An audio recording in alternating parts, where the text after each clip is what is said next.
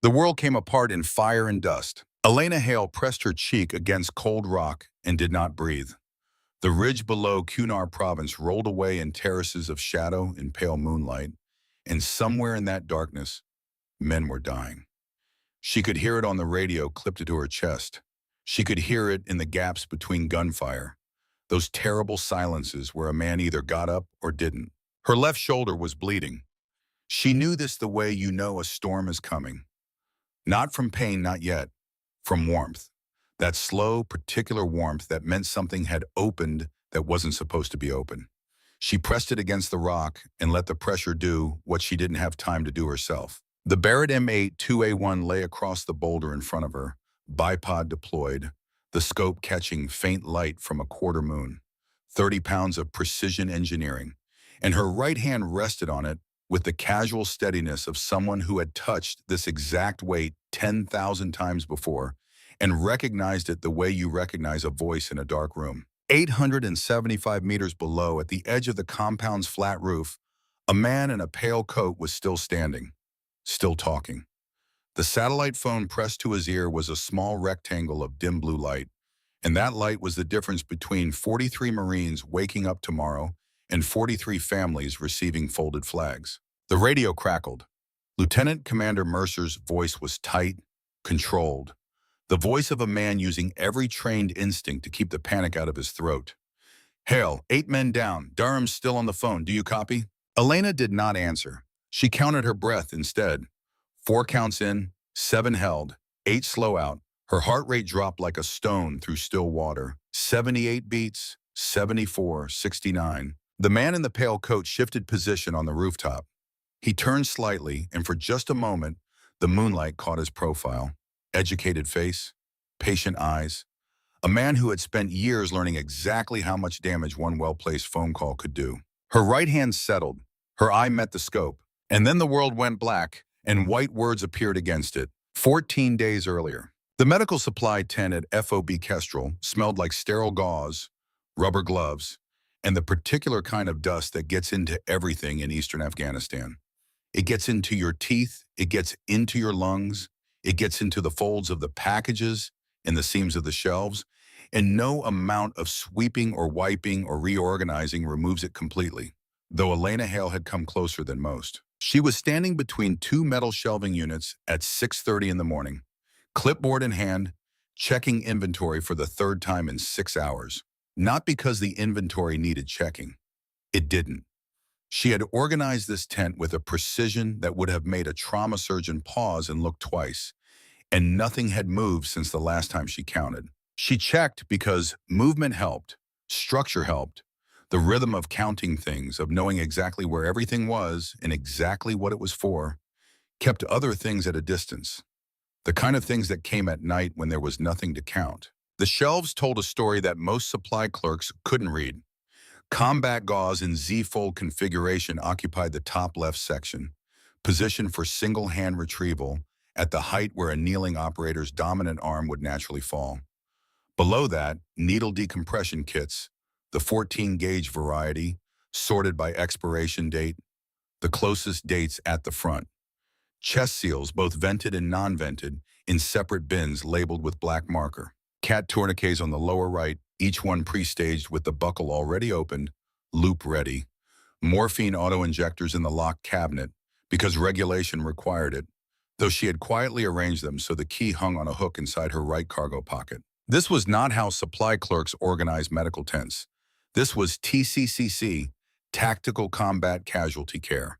Massive hemorrhage first, then airway, then respiration, then circulation, then hypothermia prevention. The same order in which a human body shut down when things went wrong outside the wire.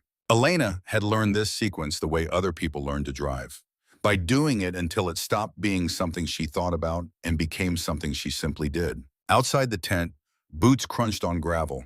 She identified the weight before the shadow crossed the entrance, 200+ pounds, ground-eating stride, the particular rhythm of someone who wore body armor the way most people wore a jacket.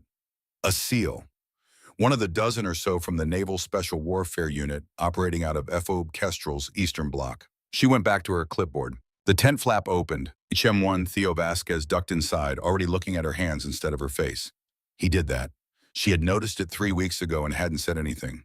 He was the kind of man who watched what people's hands did before he listened to what their mouths said.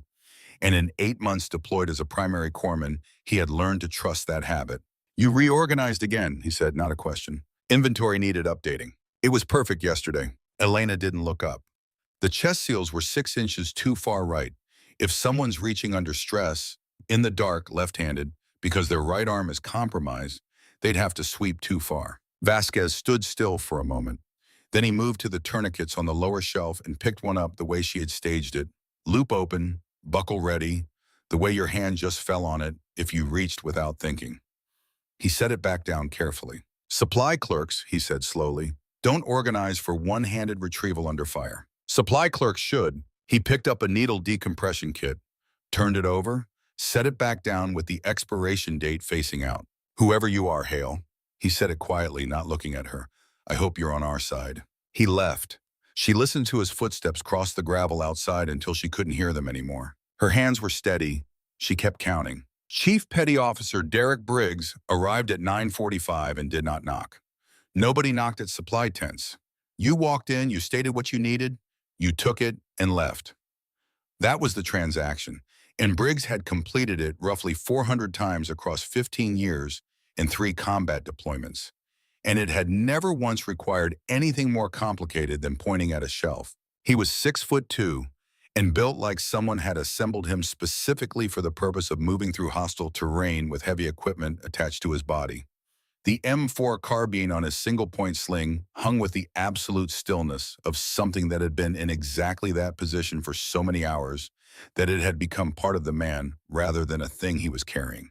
His eyes moved when he entered a room, not nervously, professionally.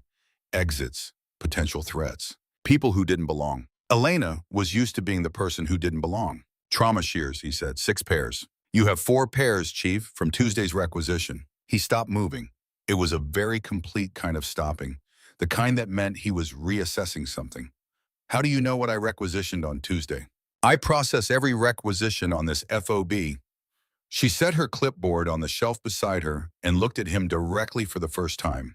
Blue eyes, she noted, the pale kind that looked almost gray in certain light, and currently doing something between surprised and recalculating. Your team is also short on needle decompression kits. You have 3, standard for an 18-man element going outside the wire is 8 minimum. You're 5 short. The silence stretched out in the small tent. You've been auditing my team's medical gear. I've been ensuring operators have what they need when they need it. That's my job. My job, Briggs said carefully, is to submit requisitions for what my team needs. Your job is to fill them. Your job is to come back alive. My job is to make sure you have the equipment that keeps that possible.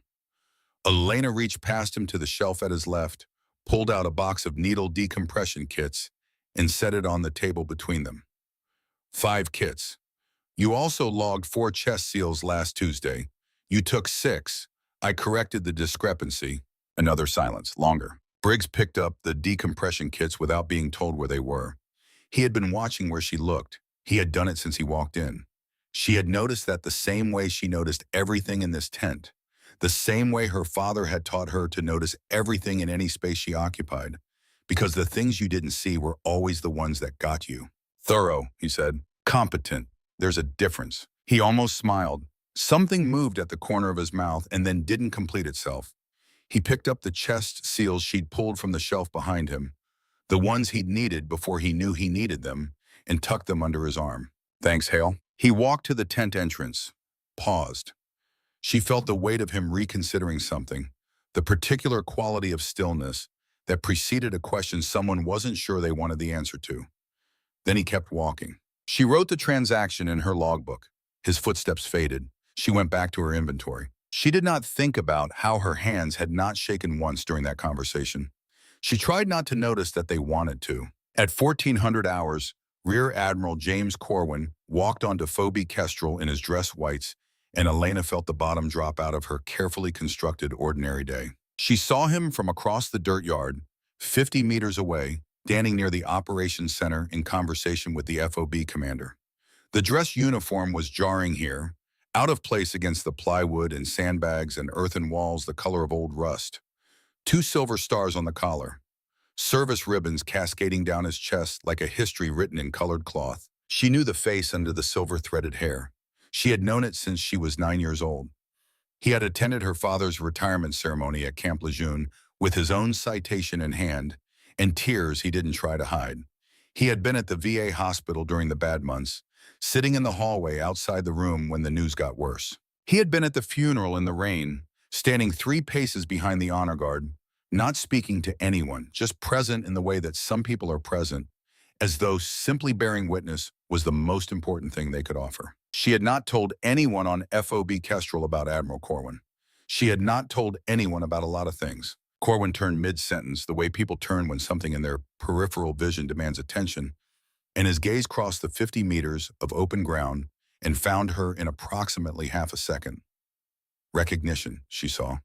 Then something that was not quite a smile and not quite a warning. A condensation of information passing between 2 people who knew each other well enough not to need words for it. Keep your head down. That was what his expression said. Keep doing what you're doing. Don't let anyone see what I know about you. She gave him the smallest nod she could manage without moving anything but her eyes.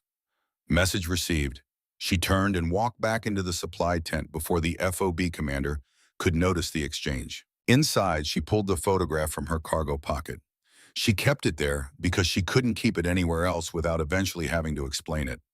A man in Marine Corps dress blues, standing with a rifle held at his side with the casual proficiency of someone who had been doing this since before she was born.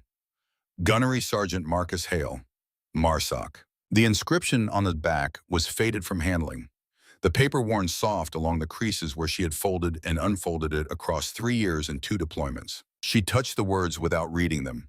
She had them memorized. She put the photograph away. She wondered what Corwin wanted and why he was here, and why she already knew the answer had something to do with her, and why that certainty sat in her chest like a stone she'd been carrying so long she'd forgotten it was heavy. That night, sleep did not come. 3 other women shared the plywood quarters. All of them were asleep within an hour of lights out. Elena lay on her back in the dark and stared at the ceiling and thought about promises. The VA Medical Center in Fayetteville, North Carolina, 3 years ago. The room had the particular quality of rooms where people were waiting for something unavoidable, a stillness that had given up pretending to be anything other than what it was. Marcus Hale, Gunnery Sergeant, MARSOC, 2 Purple Hearts and a Distinguished Service Medal, lay in a bed that looked too small for the man she remembered. The wound from Helmand Province had not killed him in the field. It had been more patient than that. It had waited, settled into scar tissue and compromised lung capacity, and found its moment 4 years later in the form of an infection that the antibiotics kept losing ground to. His hand was in hers. It had always been the larger hand, the stronger one, the one that had steadied her first rifle when she was 12 years old, and her arms had trembled with the weight of it, and he had said, quietly without any drama at all, that trembling was just energy looking for direction, and that the job of a shooter was to give it somewhere to go. Elena, his voice was not what it had been, thinner now, more careful. I'm here, Dad. I taught you 2 things. He looked at the ceiling instead of her, the way he looked at things when he was deciding something. Medicine and the rifle, both. I know. I need you to make me a promise. She had known this was coming. She had known since the doctor used the phrase comfort measures 3 weeks earlier. Anything. Promise me you'll choose healing first. Always healing first. He turned his head and looked at her then, and she had not expected the intensity of it, the focus, as if he were putting something into the look that he could not get into the words. Don't pick up the rifle unless there's no other way to save them. You understand me? Unless it's the only option. I promise, Dad. The faintest shift in the set of his shoulders. Relief or something like it. Both hands, baby girl, but know which hand does what. He was gone 2 weeks later. They buried him at Onslow County with full honors on a gray November morning, and Elena stood at her mother's side in her dress uniform and did not cry until she was alone in her car in the parking lot of the funeral home, and then she cried for a long time. She lay in her bunk on FOB Kestrel and reached under her shirt for the dog tags. Both of them, hers on top, his underneath, the metal warm from her skin.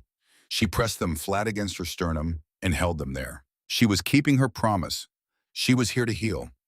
The rifle she had been issued was in the corner of the tent with the safety on and the magazine removed, and that was exactly where it was going to stay. She was still holding the dog tags when the first light came under the door. The emergency briefing was called for 0700. Elena received the summons through a runner, a young private with nervous eyes who knocked on the supply tent door like it might bite him. Admiral Corwin specifically requested your presence, ma'am. He said it the way you repeat a message you have been told to deliver word for word without understanding why. She arrived 4 minutes early. The operations center was already full. Lieutenant Commander Owen Mercer stood at the front of the room with the particular quality of stillness that combat officers develop. Not rest exactly, more like a suspension of energy. The coiled spring quality of someone who is always approximately one decision away from action. He was 42, former 75th Ranger Regiment before his transition to Naval Special Warfare, with the kind of face that didn't give much away unless you knew what to look for. Elena had been watching him for 6 weeks, learning what to look for. 12 SEALs occupied the front rows. Briggs was on the left end, and he turned when Elena entered, his eyes tracking her the way they'd tracked her in the supply tent. That same recalculating quality, though she couldn't have said what the calculation was. Petty Officer First Class Dana Shelton stood near the back wall. She was 29 and red-haired and possessed the specific kind of observational patience that Elena recognized because she had been trained to recognize it. The patience of someone who gathered information as a professional habit rather than a personal curiosity. Their eyes met briefly. Shelton gave nothing away. Elena found a position near the back and tried to be furniture. Mercer started without ceremony.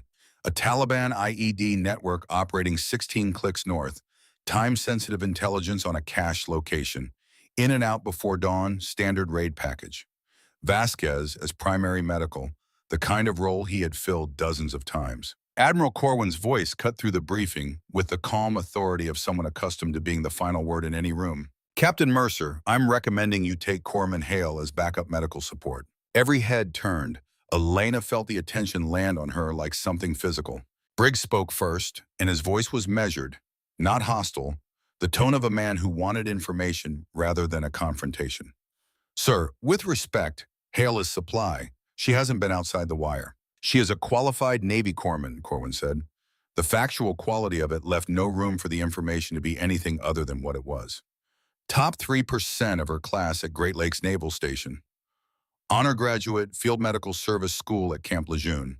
Top 2% of that program. Mercer's pale eyes moved from Corwin to Elena and back. 3 seconds of calculation. Hale, you scared? The honest answer was yes, considerably. Yes, sir. Something in Mercer's expression shifted. A fractional adjustment that she had learned over 6 weeks of watching him meant approval. Not of the fear, of the honesty. Good. Fear keeps you sharp. You're coming. Stay in the vehicle unless Vasquez goes down. He handles all medical. Your backup supplies only. Clear? Crystal, sir. Briggs did not say anything else, but his eyes moved from Mercer to Corwin with the look of a man who had been doing this long enough to know that when an admiral personally recommended a supply clerk for a combat mission, the word supply wasn't really the operative noun. After the briefing, as the room began to empty, Shelton crossed to Elena's position near the back wall. She didn't stop walking, just slowed as she passed and spoke without looking at her. He's been to FOB Kestrel twice before. Corwin. Never stayed longer than 4 hours. Never attended a mission briefing. She paused, still not looking at Elena. Both times were right before something significant happened. Then she kept walking, and Elena stood alone in the emptying room with the weight of that observation settling over her like the particular dust of this province that got into everything. She packed her medical ruck alone, and she packed it the way her father had taught her, which meant she packed it the way a person packs something when they understand, specifically and without euphemism, that the difference between the right position and the wrong position might be measured in the seconds it took someone's heart to stop. Tourniquets in the side pouches, both sides, the loops pre-open, the windlass accessible, for ambidextrous retrieval. For the moment when your dominant hand was already committed to something else. She had practiced this particular movement, reaching blind into the side pouch and drawing a tourniquet correctly staged, approximately 9,000 times. Her father had counted, he had always counted, Combat gauze in the main compartment, Z-folded, 3 packages, hemostatic agents embedded in the weave. She could pack a wound in 28 seconds on a training mannequin.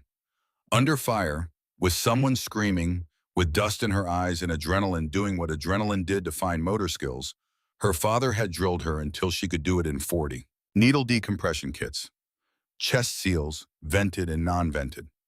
IV access supplies, 18-gauge catheters, 2 liters of normal saline, a pressure bag for rapid infusion. Surgical airway kit, morphine auto-injectors, and fentanyl lozenges, because suffering mattered and pain management wasn't something you got to when you had time. It was part of the treatment. 47 pounds when she finished. She lifted it, adjusted the straps across her hips and shoulders, and walked the length of the tent and back. The weight distributed correctly. Her knees didn't buckle. She had carried more than this for longer distances, though not here, not in this life she was living now. She was about to set the ruck down when the tent flap opened. Petty Officer First Class Dana Shelton stepped inside, looked at Elena's hands for approximately 3 seconds, and then looked at her face. That's not how supply clerks pack medical rucks. Elena set the ruck on the shelf. I was thorough. You have tourniquets staged for non-dominant hand access. Shelton moved to the ruck without asking permission and lifted the side flap, examining the position of the tourniquet, the loop, the windlass placement. Her expression did not change. That takes specific training to know to do. It's not in the basic corpsman curriculum. I read ahead. Right. Shelton let the flap fall. She crossed her arms, not aggressively, more like someone bracing for information. I've been watching you for 6 weeks, Hale. The way you move through this FOB, corner checks you don't realize you're making. The way your hands drop to your sidearm, carry position when a vehicle comes through the gate. The way you read terrain, she paused. Supply clerks don't do any of those things. Elena said nothing. I'm not pushing.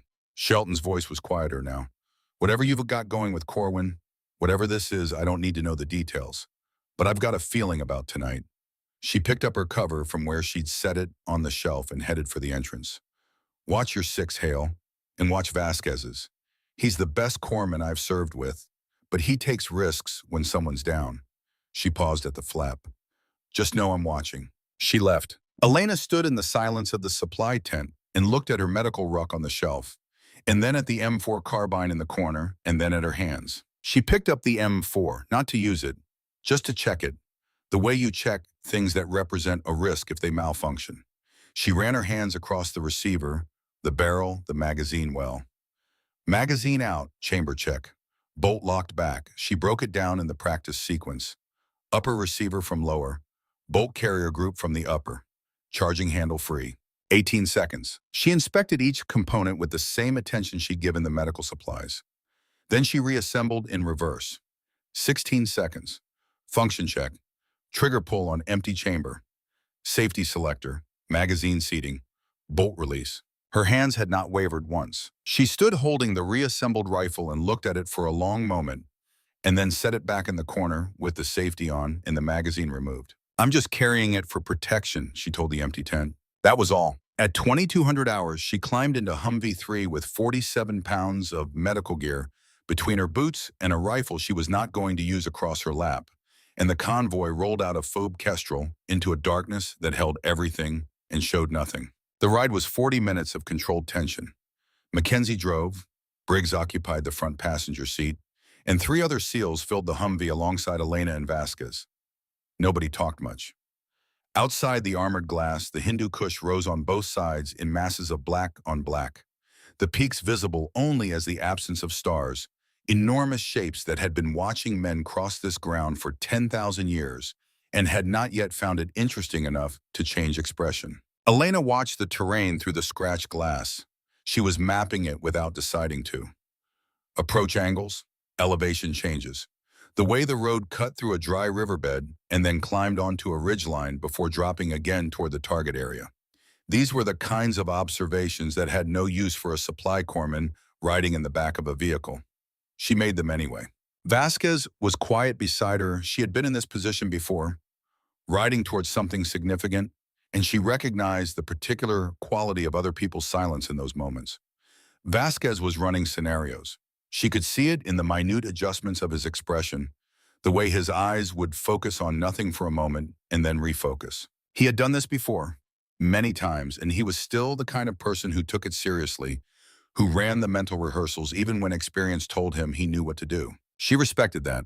Her father had been the same way. Then the world came apart. The IE'd under Humvee, one detonated with a sound that reorganized the air. Not an explosion in the movie sense of orange fire in slow motion. This was pressure and light in a physical impact that rocked their vehicle on its suspension even 30 meters back. The windows went white for a fraction of a second. Someone in the front seat said a word. Then the night filled with muzzle flashes from 3 directions simultaneously, AK-47s on automatic, the deeper cyclic thump of a PKM machine gun somewhere on the northern ridge, the distinct sharp crack of an SVD sniper rifle that seemed to be positioned somewhere elevated and patient. This was not a roadside bomb encounter. The IED was a trigger. The fighters had been waiting. Humvee 1 was on its side, burning. Elena could see it through the scratched glass, the orange light doing terrible things to the shapes of the people near it. 4 figures. One of them was not moving at all. Vasquez had his door open before anyone said a word. Vasquez, wait for suppression. He was already running. She watched him go, 15 meters, 30, reaching the first figure, dropping to his knees, hands already working. Then he was hit. The shot came from the ridge. She couldn't see where it came from, but she saw what it did. Vasquez's left shoulder snapped back. He went down to one knee, tried to stand. His left arm did not cooperate. He was still trying to move toward the casualties, crawling now, his good hand reaching forward, blood visible on his shoulder even in the orange light of the burning vehicle. The radio was chaos. Mercer's voice through the static, calling positions, calling for suppressive fire. Briggs in the front seat, weapon up, firing through the open window. The crack and snap of rounds passing close enough to be decisions that had already been made elsewhere. Elena looked at the 4 figures near Humvee 1. She looked at Vasquez, crawling toward them with one functioning arm. She did the math that her father had made her do 10,000 times, not because he wanted her to be a calculator, but because he knew that in the moments that mattered, the math had to already be done. 4 casualties requiring immediate trauma care. 1 corpsman, non-functional left arm, losing blood and still trying. Nobody else with the training to do what needed to be done. Her hand found the door handle. Hale. Briggs didn't look back from the window. Still firing, voice controlled. Stay in the vehicle. Direct order. Her hand did not move from the handle. She looked at the 4 men by the burning Humvee one more time. She looked at Vasquez on the ground, still trying to crawl forward. She opened the door and ran. The air outside was smoke and hot metal, and the supersonic crack of rounds passing close enough to feel. She moved without deciding to move, the way you move when the decision has already been made somewhere deeper than thought. The way she had been taught to move across ground under fire, using every natural feature, every shadow, every second of suppressive fire as cover, the rifle in her hands not raised but ready, her head down, her eyes reading the terrain. She was aware, distantly, that she was not running like a supply clerk. Briggs had turned to track her exit. She did not see his expression. She would learn later what it had been. She reached Vasquez first. Let me, she said. Hale, I need to get to... You're bleeding out, Theo, let me. She had his arm before he finished the sentence, her fingers finding the brachial artery, the tourniquet already in her hand from the side pouch. Loop open, windlass ready. High on the upper arm, 2 inches above the wound. Thread the loop, windlass through the slot. Turn, turn, turn. The arterial spray stopped. 21 seconds. Vasquez looked at his arm, then at her, then at the arm again. That application, don't talk. Breathe, stay here. She was already moving. I've got the others. She was moving toward the 4 figures by the burning Humvee, and the rounds were still coming. And somewhere above the chaos of it, she was aware of a Briggs in the vehicle behind her, no longer firing, watching, and she was aware that he was seeing something that he was going to have questions about, and she was aware that she was going to have to answer them. Later.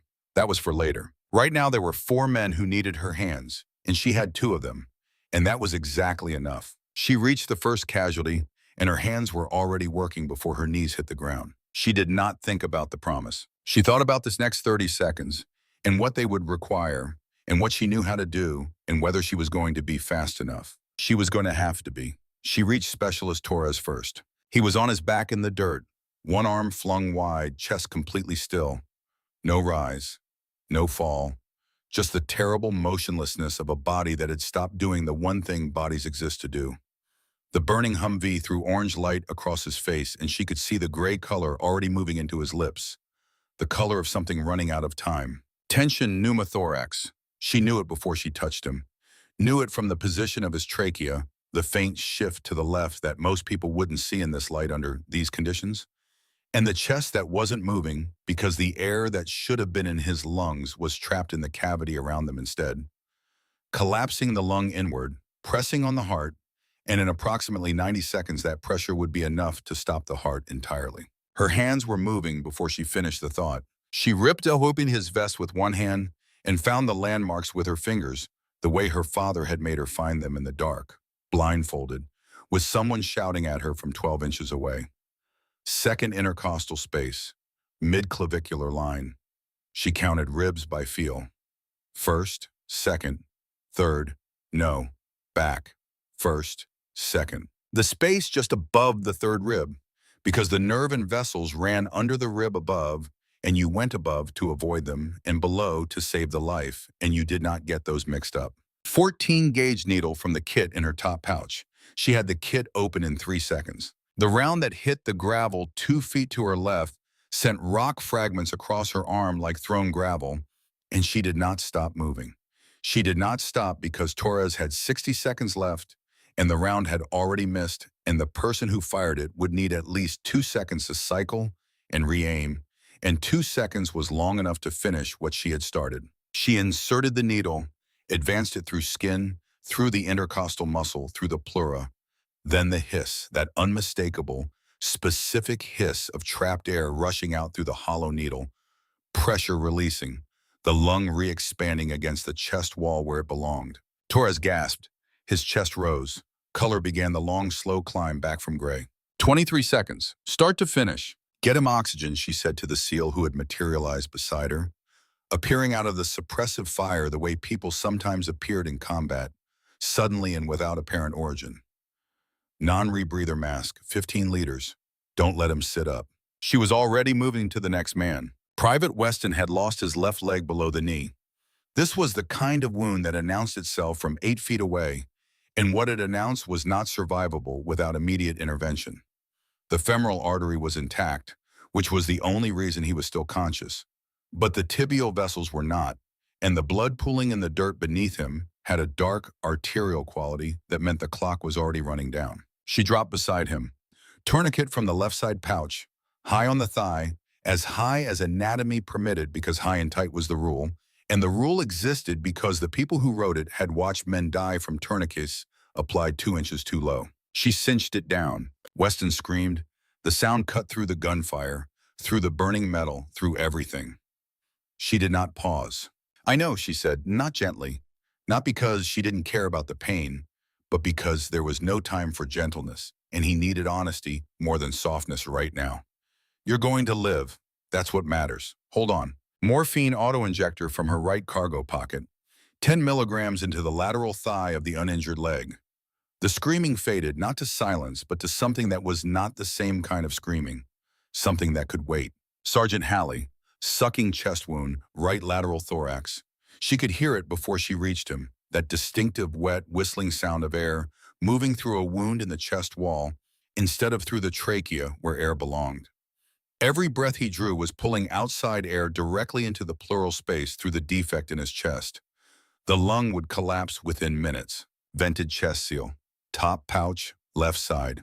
She wiped the blood from his chest with the sleeve of her own jacket, dried it enough for the seal to hold, applied it with the precision of someone who had practiced this on 200 training mannequins and understood that a seal applied wrong was worse than no seal at all. 3 sides taped, 4th side left free, functioning as a flutter valve, letting air escape on the exhale and sealing on the inhale. Halley's breathing changed, steadied.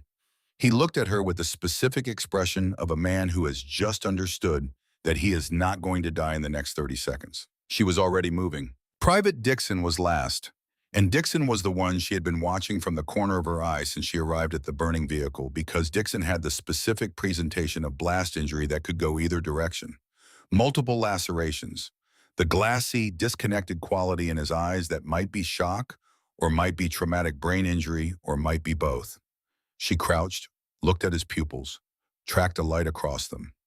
Equal, reactive, both responding correctly to stimulus. She ran a rapid GCS, asked him his name, asked him where he was, asked him to squeeze her fingers. He answered all three questions slowly but correctly, and when he squeezed her fingers, she felt adequate strength in both hands. Pressure dressings on the lacerations. Cervical collar from the side of her ruck, because you never assumed with blast injury, you managed for the worst case until the worst case was ruled out. He was stable, not fixed, not finished, but stable, which was all she needed him to be right now. She sat back on her heels for half a second and looked at the four men around her. 11 minutes. She knew this because she had been tracking time in the back of her mind the way her father had taught her. Not obsessively, but consistently, the way a good navigator tracks position even when they're not looking at the map. 11 minutes, 4 casualties, all alive, all stable enough to survive the time it would take the medevac birds to arrive. The gunfire was tapering. She could hear the change in tempo, the shift from sustained engagement to the sporadic, searching quality that meant the other side was losing the initiative. Mercer's voice on the radio was still controlled, but had shed the tightest layer of tension. She heard boots behind her and turned to find Lieutenant Commander Mercer standing 3 feet away.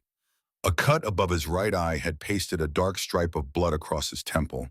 He was looking at her the way people sometimes looked at something they had not expected to see, with a particular combination of surprise and recalibration that meant they were revising something they had believed before. "What did you just do?" he said. "My job, sir." That was not supply clerk work. "No, sir." There was no point in anything except a straightforward answer. It wasn't. The two of them stood in the burnt orange light of the dying Humvee for a moment, and somewhere in that moment, something shifted between the world that had existed before this and the world that was going to exist after. Mercer keyed his radio, called in the medevac request. His voice was steady as bedrock. 4 urgent surgical casualties, all stabilized for transport, inbound at best speed. He confirmed the grid twice. Then he looked at her again with those pale, calculating eyes.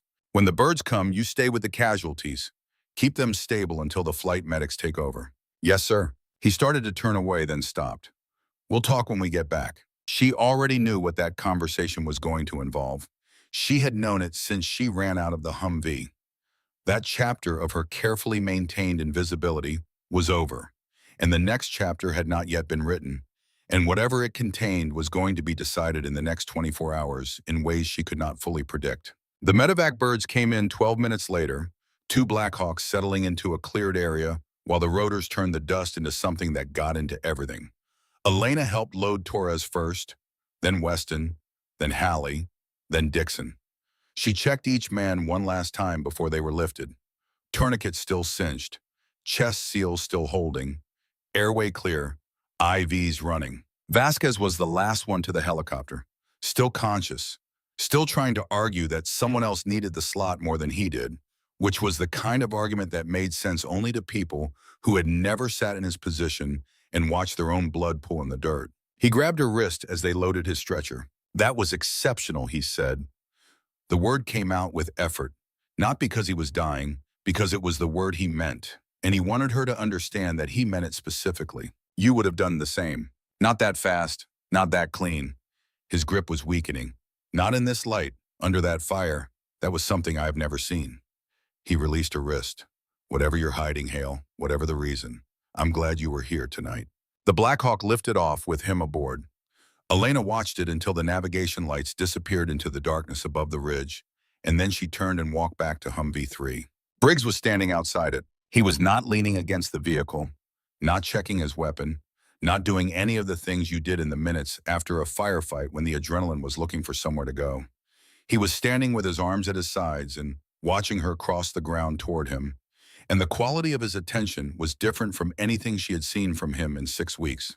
Not skeptical, not calculating, something that had not been there before. She stopped 3 feet from him. Neither of them spoke for a moment. 14 gauge, he said finally. Second intercostal space. Yes. left-handed, while the PKM was still engaging. Yes. He looked at her for another long moment.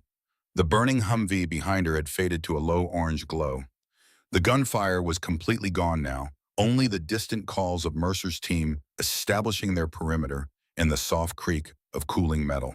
"Who are you?" he said. It was not the version of the question she had been expecting. Not who trained you, not why are you hiding it, not what are you doing here. Just who, as if the answer to that covered everything else. "Elena Hale," she said, "Navy corpsman.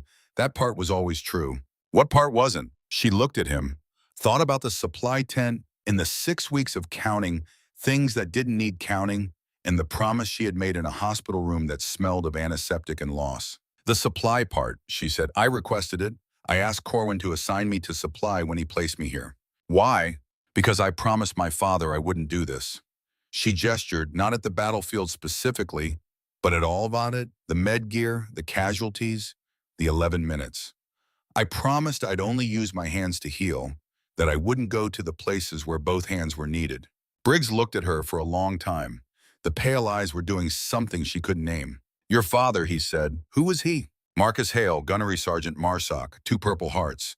He died 3 years ago from wounds he got in Helmand." She watched Briggs absorb this, watched the name land in him. People called him Ironhand. The silence that followed had a different weight than the ones before it. "Ironhand Hale," Briggs said, and his voice had changed. Not softer, more careful. Like a man handling something he understood the value of. "You knew him?" "Not personally." He exhaled, looked away toward the ridge where the PKM had been. "My father served in Fallujah, 2004. He was a Marine, 1st Battalion, 5th. Got hit in a building clearance, compound fracture of the femur, arterial bleed. A Navy corpsman pulled him out and kept him alive long enough for the case vac." He paused. "My father used to say corpsmen were the bravest people in any war, because they ran toward, not away." The night held very still around them. "He said that to you?" "Until I was old enough to go be one of the people they ran toward." Briggs turned back to face her. His expression was the most unguarded she had seen from him. Not warm, not soft, but honest in a way that his professional face was not. "I've been dismissing you since you arrived, treating you like furniture in a supply tent." His jaw set. "I was wrong. You didn't know. That's not an excuse." He said it the way someone says something they have been thinking about for exactly the time it took to walk back from the burning vehicle. "My guys almost died tonight. Torres was 90 seconds from a cardiac event when you got that needle in. Weston was bleeding out." He stopped. "And you were 30 feet away for 6 weeks. I know. Why did you really do it? Not the promise, the whole thing. Why are you here at all if you were going to stay in supply?" Elena looked at the mountains. The Hindu Kush was invisible in the darkness, but she knew where it was, the same way she always knew where things were. "Because I wanted to serve where it mattered," she said. "I just wanted to serve as one thing, not the other. I thought I could do that. I thought I could be just the healer and leave the other part at home." She paused. "I was wrong about that, too." Briggs was quiet for a moment. "Then the other part, what your father taught you besides medicine." She did not confirm it. She did not deny it. "We'll talk," he said. And this time it was not a threat and not a demand. It was the way you spoke to someone you had just revised your understanding of entirely. Mercer's voice came over the radio. "All elements to vehicles, return to FOB." They walked back to Humvee 3 in silence, and Mackenzie drove them home through the dark. And nobody said anything for the full 40 minutes. And when Phoebe Kestrel appeared ahead of them with its pale lights, Elena felt the weight of everything that had changed settling over her like the dust of this province that got into everything and did not come out. The debrief with Mercer happened at 0600, in his plywood office with the maps on every wall and the radio equipment breathing in the corner. Elena sat in one of the 2 chairs across from his desk. He sat behind it and looked at her for a full 30 seconds before speaking. The way he looked at terrain assessments and casualty reports, with the focused patience of a man who had learned that the thing worth understanding was rarely the first thing visible. "I contacted the combat support hospital this morning," he said. "All 4 casualties are stable. Torres is breathing independently. Weston is being transported to Landstuhl for surgical consultation on the amputation. Halley's lung is fully reinflated. Dixon has a mild concussion and will be operational in 72 hours. "That's good news, sir. The trauma surgeon told me something interesting. Mercer placed both hands flat on the desk. He said whoever performed the pre-hospital care on Torres had skills he saw perhaps once every several years, that the needle decompression was textbook perfect in conditions that should have made textbook impossible. He paused. He assumed Fisher performed it. When I told him Fisher was one of the casualties, he asked me to repeat myself. Elena waited. Top 3% at Great Lakes, Mercer said. Top 2% at Field Med School. Yes, sir. Skills like that don't get assigned to supply. I requested supply, sir. I know you did. Corwin told me. Something moved in Mercer's expression, not irritation, something more considered. Corwin told me before we deployed. He told me your background, told me your father's name, told me about the promise and the reason for it. He held her gaze. He also told me there might come a moment when this FOB needed both things your father taught you. He said when that moment arrived, I should trust his judgment about your capabilities. Elena sat with this for a moment. The particular feeling of learning that the architecture of your carefully managed situation had belonged to someone else all along. He arranged this. He facilitated it. You requested the posting, but he made sure it went where it went. Mercer leaned back. What I need to know is simple. Are you capable of doing what you did last night consistently, under sustained pressure, for the duration of this deployment? Yes, sir. And are you willing to carry both designations, medical support and designated marksman, as situation requires? The word landed the way she had known it would eventually land, clear and specific, and requiring an answer she had not entirely prepared herself to give. Sir, I made a promise. I know about the promise. With respect, sir, knowing about it and understanding what it costs to make are different things. Mercer nodded slowly. That's fair. He was quiet for a moment. I'm not ordering you to do anything your conscience won't allow. I'm telling you what this unit needs and asking whether you can provide it. He looked at her directly. Vasquez is going home. His shoulder requires surgical repair and post-operative rehabilitation. We have no primary corpsman for the remainder of this rotation. He paused. You're the most qualified medical asset on this FOB. You know that. She did know that. She had known it for 6 weeks. Give me time to think, sir. You have until 1800. After that, I need to restructure my medical support plan either way. She stood. He stood with her. Hale. She was almost to the door. Your father was Marcus Ironhand Hale.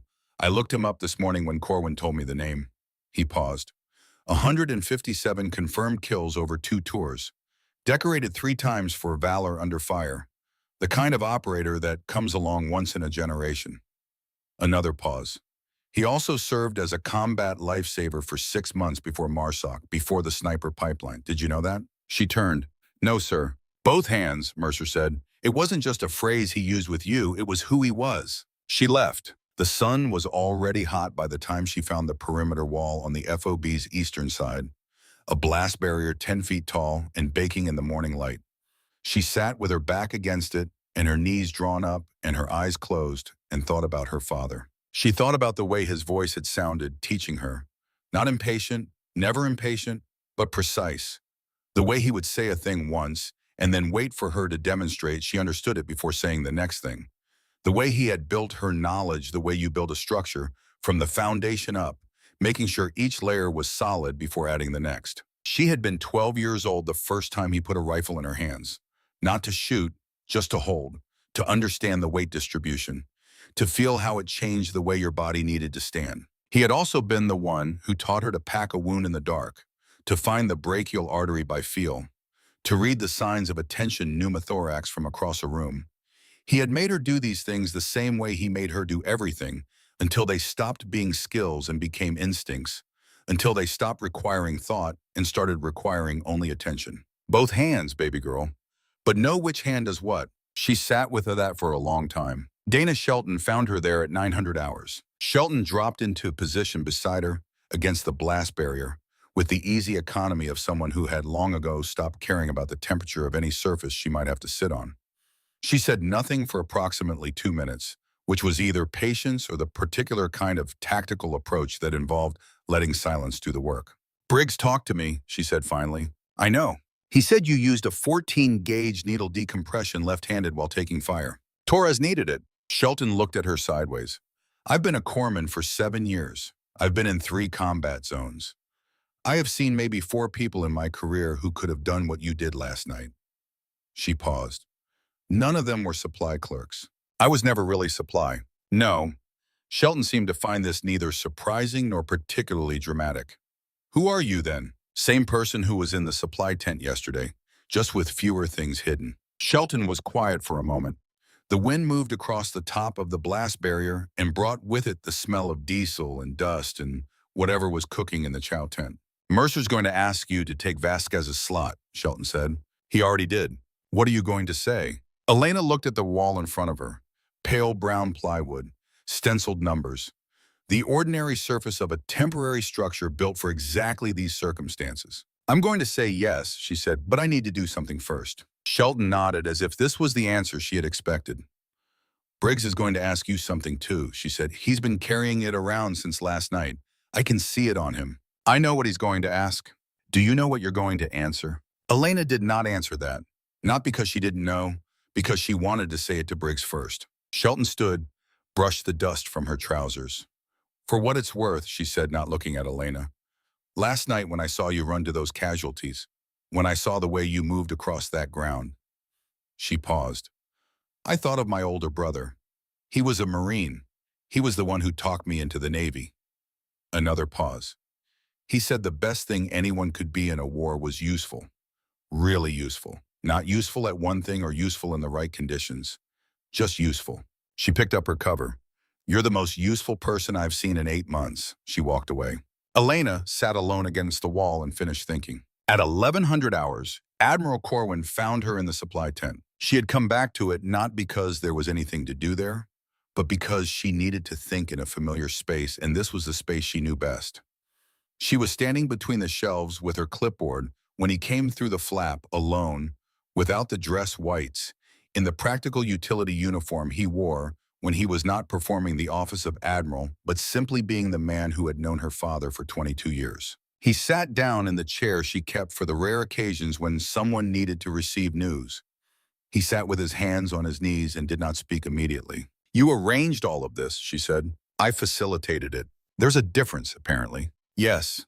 He looked up at her. His face had the worn quality of a man who had been making difficult decisions for a long time and had stopped expecting them to become easier.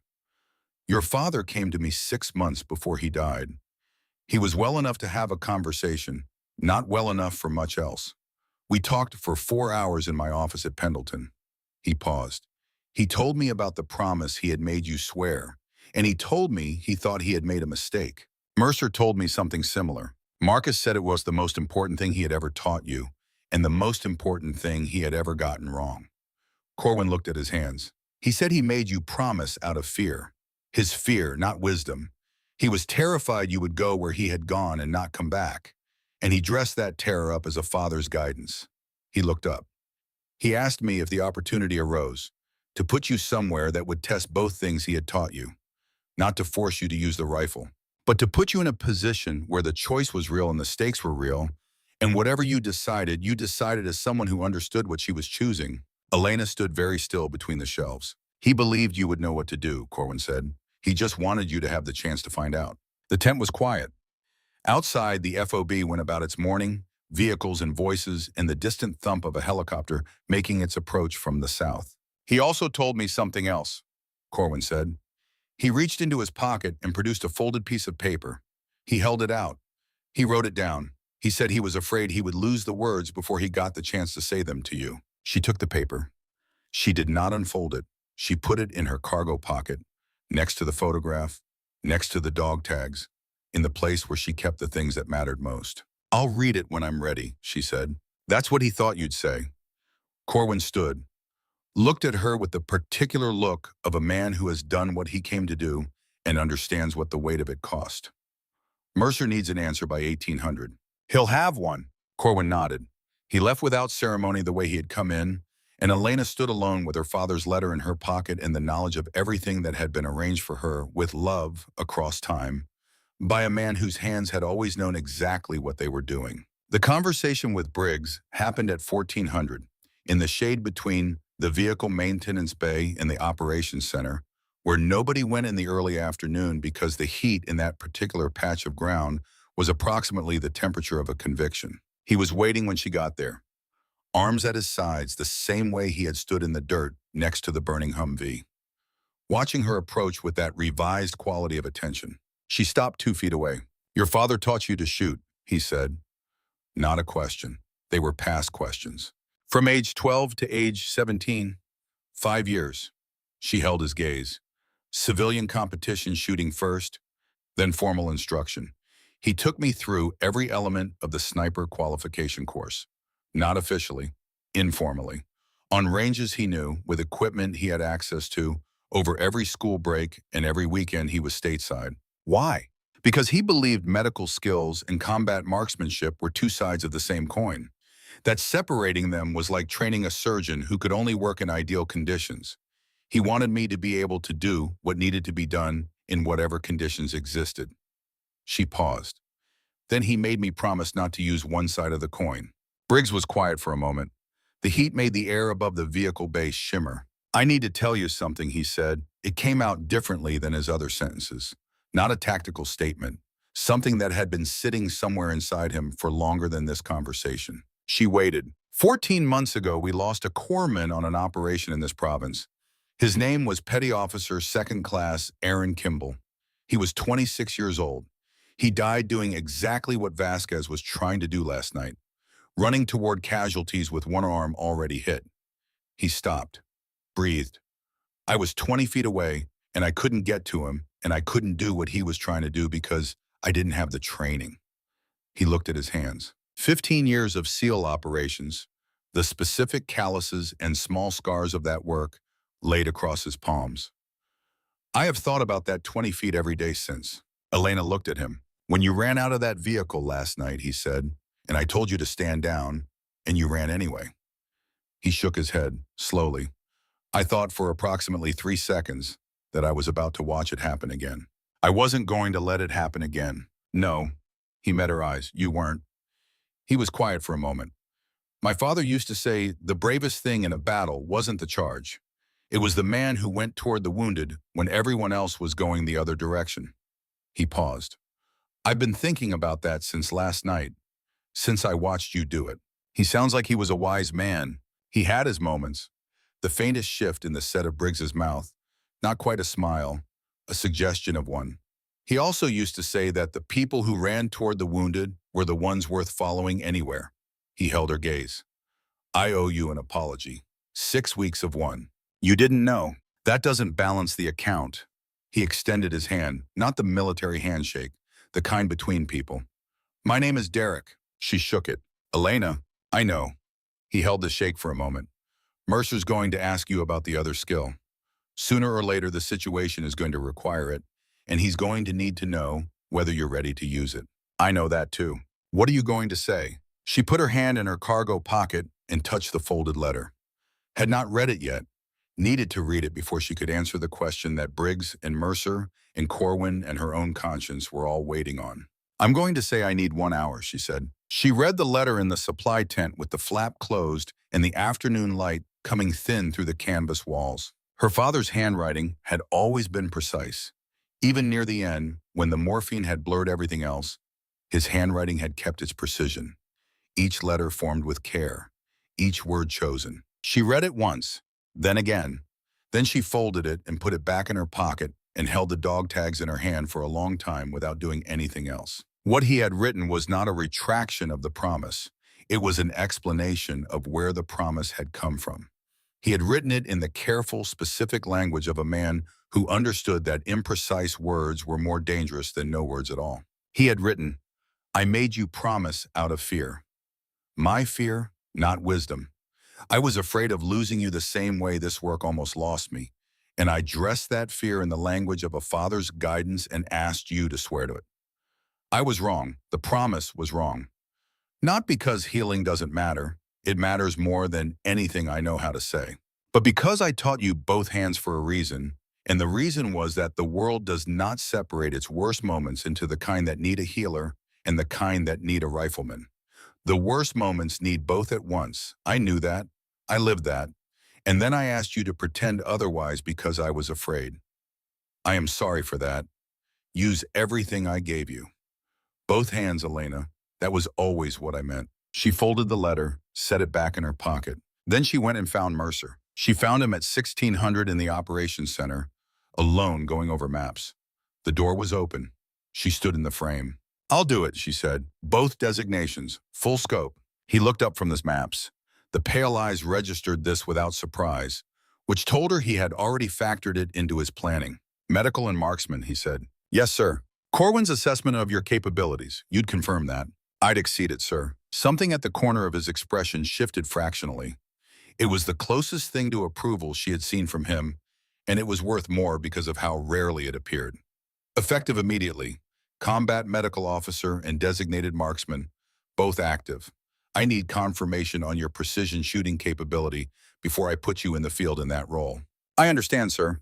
"Range, 1800 hours. Every operator on this FOB will be there." He turned back to his maps. She turned to leave. "Hale," she stopped. "Your father would not have taught you both things if he didn't believe you were the kind of person who could hold both things." He did not look up from the map. "Don't disappoint the man." She left and went back to the supply tent, and she reorganized the shelves one final time, not because they needed it, but because her hands needed the familiar way to putting things in the right order before everything changed. Massive hemorrhage first, airway second, respiration, circulation, hypothermia. And alongside all of that, the other preparation, the one her hands already knew how to make. Both hands, at the same time for the first time. The range demonstration happened at 1800 hours, with every available operator from FOB Kestrel standing in a loose formation 50 meters back from the firing line. Mercer had arranged it not as a test, but as a confirmation, which was a distinction with consequences. A test could fail. A confirmation was a different kind of claim. The Barrett M82A1 lay on the sandbag rest at the firing line. She picked it up with both hands, and the weight was the same as it had always been. The weight of something that had purpose, and she adjusted the bipod for her height and checked the scope, and did not feel anything in particular about the watching eyes behind her, except that they existed and she was aware of them, and that awareness would not affect her hands. 5 steel plates at 800 meters, approximately the size of a human torso. She settled into position, stock to shoulder, cheek weld, eye to scope, found her natural point of aim without fighting the rifle, let the rifle settle where it wanted to settle, and adjusted herself to fit that rather than the other way, which was what most people got wrong. 4 counts in, 7 held, 8 out. The heart rate fell, 68 beats per minute. Her father's voice, patient and precise. 68 is the sweet spot, baby girl. At 68, you have the stillness without the distance. You're present. Let the shot surprise you. She pressed the trigger, not pulled. The distinction mattered, and the distinction was everything. A pull was an intention. A press was a continuation. You pressed until the shot broke, and if you were doing it right, you were never quite certain when it would break. And that uncertainty was the source of the accuracy, because certainty is the enemy of precision. The Barrett spoke. The first plate vanished in a spray of sparks. She cycled the bolt without looking up from the scope, ejected the brass, chambered the next round, found the second plate. Press. Second plate, gone. Third, fourth, fifth. 5 shots, 81 seconds. All 5 plates destroyed at 800 meters with ammunition she had never touched before today, and a weapon she had not fired in 3 years. She cleared the weapon, set the safety, stood and turned around. The formation of operators behind her was silent, in the specific way of people who have just seen something that has exceeded their existing category for that kind of thing. Briggs stood on the left end. His arms were no longer crossed. Shelton stood near the back with an expression that was not exactly surprise, more like the satisfaction of someone whose prediction has been precisely confirmed. Mercer stood at the center and looked at her for a long moment and then nodded once. "You're our shooter," he said. "Yes, sir." "Can you make the shot at 875 at night with variable wind on a target that may be moving?" "Yes, sir." "You're certain?" "My father certified me at 1200 meters at night when I was 16 years old." She paused. He was not the kind of man who certified things he wasn't certain about. Something moved through the assembled operators that was not quite sound. Not applause, not comment. More like a collective exhalation of something held. Briggs stepped forward from the formation. 1 step. His voice was steady. "One condition, sir." He addressed Mercer without looking away from Elena. She doesn't go to the overwatch position alone. I go with her, spotting. Mercer looked at Briggs's shoulder, still wrapped from the previous night's shrapnel wound. Functional, but not fully. Your shoulder. Can hold binoculars. Can hold a radio. His jaw was set. Can cover her six. Elena looked at him. He met her gaze and held it. And in that look was everything from the conversation at the blast wall and the burning Humvee and the supply tent and the 12 months that had passed since Aaron Kimball. And she understood what the offer cost and what it meant. Approved, Mercer said. Mission brief in 30 minutes. The brief was tight, the way Mercer's briefs were always tight, which was to say the information density was high and the language was low on decoration. A Taliban intelligence officer named Colonel Yusuf Darim was operating from a compound 16 clicks northwest. British-educated, Mercer noted, as if this were a relevant tactical detail, which it was. Darim was not an ideologue. He was a coordinator, the kind of man who understood operational value and moved accordingly. Intel from 3 separate sources confirmed that Darim was coordinating a strike on a Marine Corps logistics convoy operating on Route 7 in 48 hours. 43 personnel, 24 vehicles. A target that, if the strike succeeded, would not only kill those 43 men, but functionally disrupt the coalition's supply chain for the entire eastern region for the better part of a month. There was a complication. Mercer put the next slide on the screen and let it sit for a moment. Staff Sergeant Daniel Rhee, Army Special Forces, 5th Special Forces Group, missing for 14 months following an operation in this province. Believed captured, believed alive as of 6 weeks ago based on source intelligence, though nothing since. The intelligence also suggested Rhee's captivity was connected to Darim's network, that Darim personally knew Rhee's location, and that Darim's death would almost certainly trigger a protocol that would result in Rhee's execution within hours. The room was very quiet. This is not a kill mission, Mercer said. The primary objective is to destroy Darim's communications array before he activates the Route 7 operation. The secondary objective is to preserve Darim alive and mobile so that his capture remains possible and Rhee's location remains accessible. He looked at Elena.